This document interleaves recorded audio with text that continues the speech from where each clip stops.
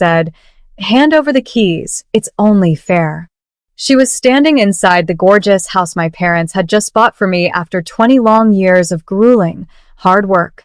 My husband was already nodding along, casually mapping out which rooms would belong to his siblings and parents, treating my inheritance like a free family resort. They thought because I was quiet, I would just fold. They thought they had successfully backed me into a corner. But as I looked at their smirking faces, a cold clarity washed over me. I stood up, looked my mother-in-law straight in the eyes, and smiled. What I said next didn't just reject her demand. It made her entire face drain of all color and exposed a secret that ruined their little plot entirely. Follow my story until the end to see exactly how the trap boomeranged. My name is Stella.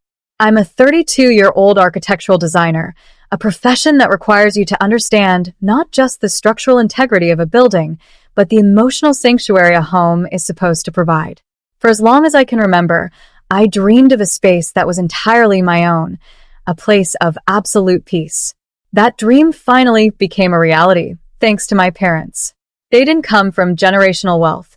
Instead, they spent 20 years of relentless, intense hard work, sacrificing vacations and working grueling hours to build a successful family business. When they bought this beautiful property for me, it wasn't just a gift of brick and mortar. It was the physical manifestation of 2 decades of their sweat and devotion, carefully designed to secure my future. When I married Julian, but almost the exact moment the final paperwork was signed and the keys were in our hands, I noticed a subtle, unsettling shift in his demeanor. He stopped talking about how beautiful the architecture was and started dropping strange, loaded hints about how their financial luck had finally changed. He began walking through the corridors with a strange air of ownership, as if he had been the one working those 20 years to earn it. Before I tell you how their little scheme backfired completely, though I can see how far this story travels. It didn't take long for the rest of Julian's family to notice our new living situation.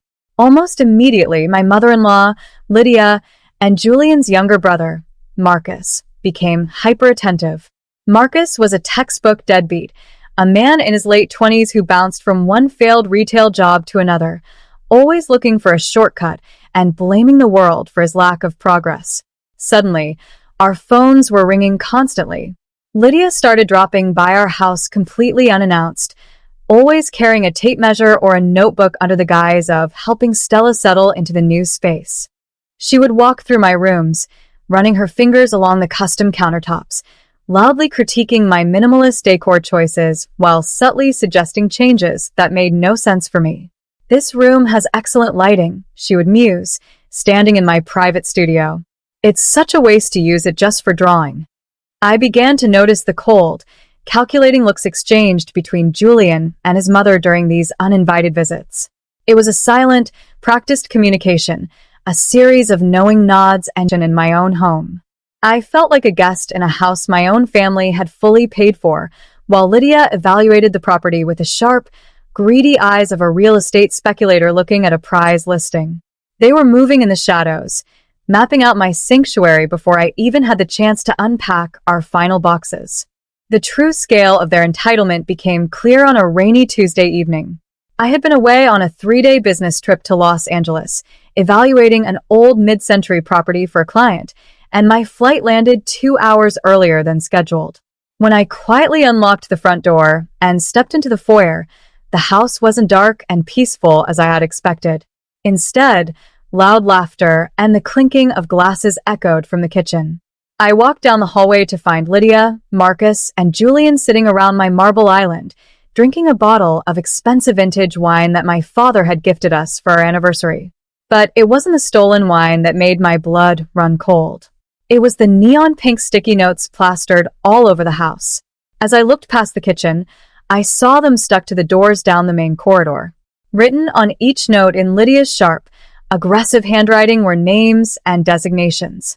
The downstairs guest wing was labeled Lydia's suite. My private architectural studio had a note that read, "Marcus's office and living space." They had literally mapped out the colonization of my home while I was away working. Julian looked up, his eyes widening in brief surprise before his face hardened into a mask of passive aggression. He didn't offer an apology. Instead, he set his glass down, reached into his pocket, and tossed a blank metal ring onto the counter. "Oh, Stella, you're early," he said smoothly, his voice dripping with false casualness. "Since you're here, we need the spare sets of keys. I want to give Marcus and Mom their own copies tonight. It's just practical for family to have full access whenever they please." I stared down at the blank metal key ring resting on the marble counter, the metal glinting coldly under the kitchen lights.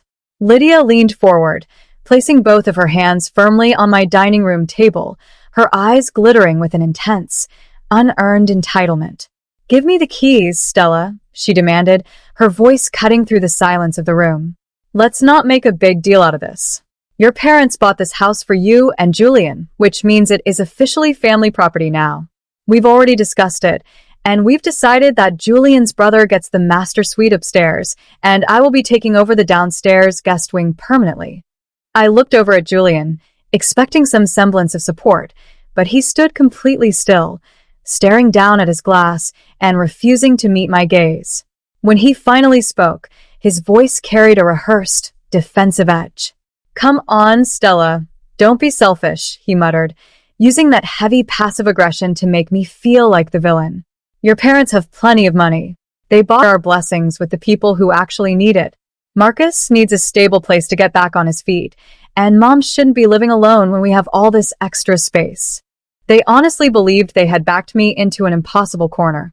They thought that because I was usually a quiet, polite woman who preferred to avoid conflict, I would simply fold to keep the peace in my marriage. They stood there waiting for me to hand over my sanctuary. I picked up the blank key tags from the counter, feeling the cool metal against my palm. A slow smile crept onto my face as I looked directly at Lydia, then at Julian. "You're right," I said softly, watching their expressions relax into smug satisfaction. "My parents are incredibly generous. But what you don't seem to realize is that they are also incredibly sharp business owners. They didn't spend 20 years building a company by being naive. They knew exactly how people like you operate." Lydia's smile faltered, her eyebrows drawing together.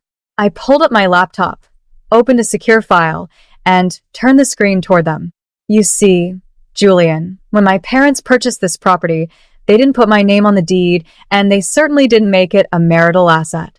This house is held entirely inside a strict, private family trust managed by their corporate attorneys. I am merely a beneficiary with a strict right to reside here." I watched Julian's jaw drop as he stared at the legal documents on the screen. "What does that mean?" he stammered. "It means," I replied, my voice dropping to a dangerously calm whisper, "that neither of you has a single shred of legal right to this property. But here is the real poison pill in the deed. The trust agreement contains a mandatory protection clause. If any unauthorized occupants, like Marcus or your mother, attempt to establish residency or move their belongings into this house, a legally binding, high market rate commercial lease is automatically triggered. And guess who the trust holds financially responsible for that debt? You, Julian. Personally." Lydia's face drained of all color, turning a sickly, olive gray as the sheer weight of my words sank in. The aggressive, demanding posture she had held just moments ago completely collapsed. She stared at the illuminated laptop screen, her lips parting but no sound coming out.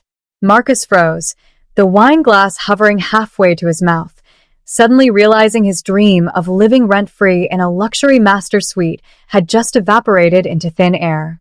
I leaned forward, sliding a printed copy of the trust's legal ultimatum across the polished marble counter right into Lydia's trembling hands. "So, let me make the rules of my sanctuary absolutely crystal clear to you both," I said, my voice cutting through the suffocating silence of the kitchen like a razor. "If a single key to this house is copied, or if Marcus attempts to move even a single cardboard box into my studio, my family's corporate attorneys will not hesitate. They will immediately file an official eviction notice for trespassing, structure a massive breach of trust lawsuit against Julian, and hold him legally liable for every single penny of that market-rate commercial lease." Julian looked at his mother, his eyes wide with absolute panic, completely unable to protect her from the legal reality staring them in the face. Lydia's hands shook as she dropped the papers back onto the table. Her grand plan to colonize my home and secure free housing for her favorite son had completely crumbled before it even began, leaving her utterly speechless. The aftermath of that confrontation was swift and definitive.